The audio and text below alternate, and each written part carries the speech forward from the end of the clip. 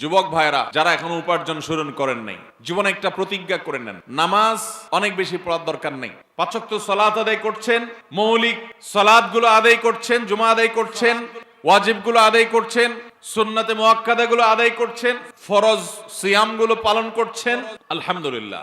যাকাত দিচ্ছেন, খুব বেশি দান সদকাও করতে পারতেছেন না, খুব বেশি নফল সালাত আদায় করতে পারেন না, খুব বেশি নফল সিয়ামও রাখতে পারেন না, খুব বেশি ওয়াজ মাহফিলেও যাইতে পারেন না, অসুবিধা নেই।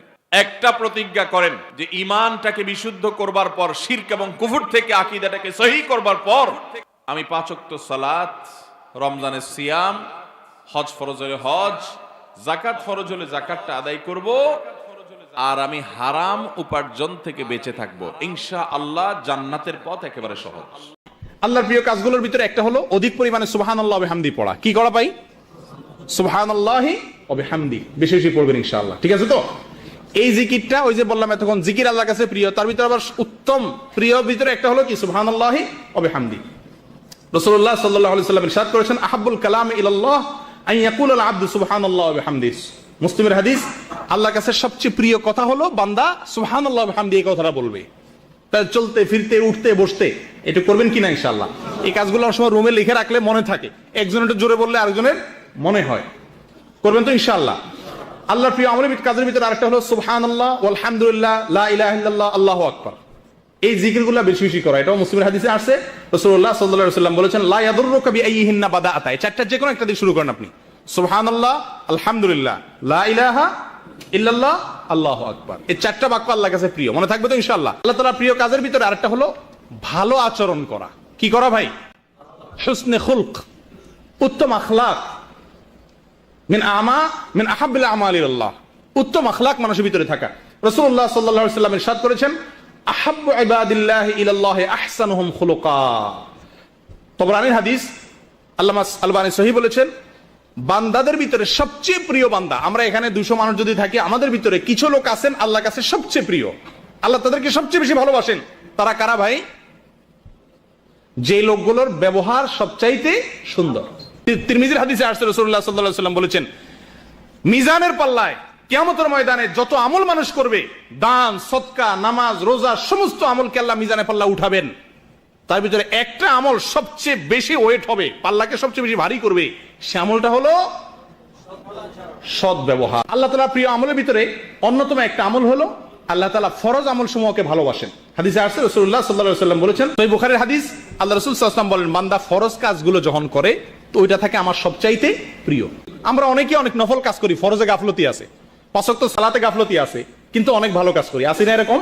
মনে রাখবেন, সবচেয়ে গুরুত্বপূর্ণ হলো আমার কাছে 5 ওয়াক্ত সালাত। আল্লাহ তাআলার কাছে প্রিয় কাজ হলো ইতকান, ভালোভাবে কোনো কাজ করা। হাদিসে আসছে, রাসূলুল্লাহ সাল্লাল্লাহু আলাইহি ওয়াসাল্লাম বলেন, তোমাদের মধ্যে কেউ যখন কোনো কাজ করে এটা ভালোভাবে যেন করে। এই একটা রোগ আমাদের ভিতরে আছে, কাজকে অর্ধেককে রাখি। নামাজ পড়ি ঠিক আছে, কিন্তু ভালোভাবে পড়ি না, তাড়াহুড়া করে পড়ি, করি না? রোজা রাখি ঠিক আছে, রাখি আবার টেলিভিশন রাখি, দেখি, তাহলে কাজটা ভালোভাবে, রোজাটা ভালোভাবে হলো না। রোজা রাখি আবার গীবত করলাম, গুনাহের কাজ করলাম। আল্লাহ তাআলা পছন্দ হলো তুমি যেটুকু আমল করো ওইটুকু আমলকে কি করো? ভালোভাবে করো।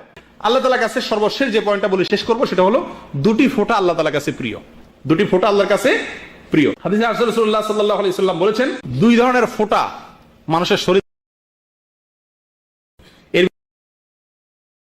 পানি, যে চোখের পানি আল্লাহর ভয়ে মানুষের চোখ থেকে বেয়ে পড়ে, এটা আল্লাহর কাছে অনেক প্রিয়। ভাই আমাদের অন্তরগুলো পাথর হয়ে গেছে, আল্লাহর ভয় আমাদের চোখে পানি এখন আর আসে না। আল্লাহর ভয়ে চোখের পানি কয়বার পড়ছে আমাদের জীবনে ভাই? বহু মানুষ আছি আমরা, বহু কপাল পড়া আছি জীবনে, আল্লাহর পাকড়াও, আল্লাহর আযাব, আল্লাহর গজবের ভয়ে চোখের পানি কখনো আসে নাই। মনে রাখবেন, চোখের পানি আসা এটা সৌভাগ্যের আলামত। হাদিসে আসছে, দুর্ভাগা, কপাল পোড়া, জাহান্নামী হওয়ার আলামতের মধ্যে থেকে একটা হলো চোখ শুকিয়ে যাওয়া, চোখে পানি না আসা। আল্লাহ আমাদের সকলের অন্তরগুলোকে নরম করে দেন। আল্লাহ তাআলা আমাদের সকলকে আল্লাহর যত প্রিয় কাজের কথা আমরা শুনলাম বললাম, এই কাজগুলো অনুযায়ী আল্লাহ তাআলা আমাদেরকে আমল করার তৌফিক দান করেন, আল্লাহ প্রিয় পাত্র হওয়ার তৌফিক দান করেন। আল্লাহর কসম, আপনার আমল ছাড়া আর কিচ্ছু আপনার কবরে যাবে না। ভাগ্য বলতে কোনো কিছু নেই, মানুষের কর্মই তার ভাগ্য ঠিক করে দেয়।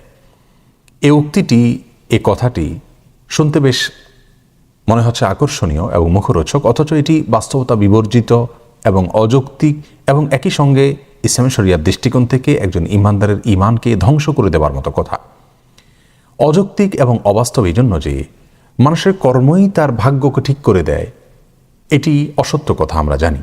কারণ আমাদের সমাজে বহু মানুষ আছেন, অনেক পরিশ্রম করেন, অনেক সাধনা করেন, অনেক কাজ করেন, অনেক কর্ম তিনি নিয়মিতভাবে করে যান, সুচারুরূপে করে যান, কিন্তু এরপরেও তার ফলশ্রুতিতে ফলাফল তিনি যেভাবে পাওয়ার কথা সেভাবে কাঙ্ক্ষিতভাবে ফলাফল পাচ্ছেন না। এরকম ঘটনা ভুরি ভুরি আমাদের সামনে রয়েছে।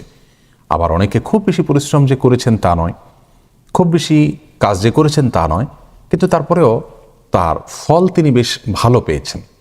তাহলে কর্মই যদি ভাগ্য ঠিক করে দেয়, তাহলে যতজন কাজ করছেন সবাই তো ফলাফল ভালো পাওয়ার কথা। অথচ আমরা দেখছি যে কর্ম সঠিকভাবে করার পরে অনেকে ফলাফল কাঙ্ক্ষিতভাবে পাচ্ছেন না। বোঝা গেল কর্মই আমাদের ভাগ্য ঠিক করে দেয়, এটা অযৌক্তিক কথা এবং অবাস্তব কথা, অসত্য কথা। এর পাশাপাশি ইসলামী শরিয়াত দৃষ্টিকোণ থেকে এ ধরনের উক্তি কোনো ইমানদার করবার সুযোগ নেই। এটা আমাদের ইমানের সাথে সম্পূর্ণ সাংঘর্ষিক একটি উক্তি। রাসূল করিম সাল্লাল্লাহু আলাইহি সাল্লাম ইমানের যে রোকন বা পিলার এর কথা আমাদেরকে বলেছেন, তার মধ্যে থেকে অত্যন্ত গুরুত্বের সাথে পৃথকভাবে তাকদীরের প্রতি বিশ্বাসের বিষয়টিকে উল্লেখ করেছেন। তিনি বলেছেন ওয়া তুমিনু বিল কদরি খাইরিহি ওয়া শাররিহি মিনাল্লাহি তাআলা, অর্থাৎ তোমাকে ইমানদার হওয়ার জন্য যেই কথাগুলোর প্রতি, যে বিষয়গুলোর প্রতি বিশ্বাস স্থাপন করতে হবে অন্তরে, সেই বিষয়গুলোর মধ্যে থেকে একটি হলো তুমি বিশেষভাবে বিশ্বাস করতে হবে যে ভাগ্য অর্থাৎ আমার ভালো এবং মন্দ সব কিছুর নির্ধারণ এটা আল্লাহ সুবহানাহু ওয়া তাআলার পক্ষ থেকে হয়ে থাকে। অর্থাৎ আমরা আমাদের কর্মের মাধ্যমে কোন ফলাফলের দিকে আমরা এগোচ্ছি এবং কোন ফলাফল আমরা লাভ করব সেটা আল্লাহ সুবহানাহু ওয়া তাআলা আগে থেকে জানেন। সেই জায়গা থেকে আল্লাহ সুবহানাহু ওয়া তাআলা সেটা নির্ধারণ করে রেখেছেন, আর সেটার ব্যত্যয় বা ব্যতিক্রম হওয়ার কোনো সুযোগ নেই। বিধায় ভাগ্য বলতে কিছু নেই, এটা বলা মানে হলো আল্লাহ সুবহানাহু ওয়া তাআলার তাকদীরকে অস্বীকার করা, আল্লাহর নির্ধারণকে অস্বীকার করা, আল্লাহর ফয়সালাকে অস্বীকার করা। অতি বস্তুবাদী হতে গিয়ে, অতি দুনিয়াবি হতে গিয়ে আমরা কিন্তু ঈমান থেকে সরে যাচ্ছি এবং বাস্তবতা থেকে সরে যাচ্ছি। কর্ম কখনোই মানুষকে, ভাগ্যকে পরিপূর্ণরূপে পরিবর্তন করে দিতে পারে এরকম নিশ্চয়তা আমরা কেউই দিতে পারবো না। অতএব এ ধরনের অবাস্তব কথা থেকে, অযৌক্তিক কথা থেকে এবং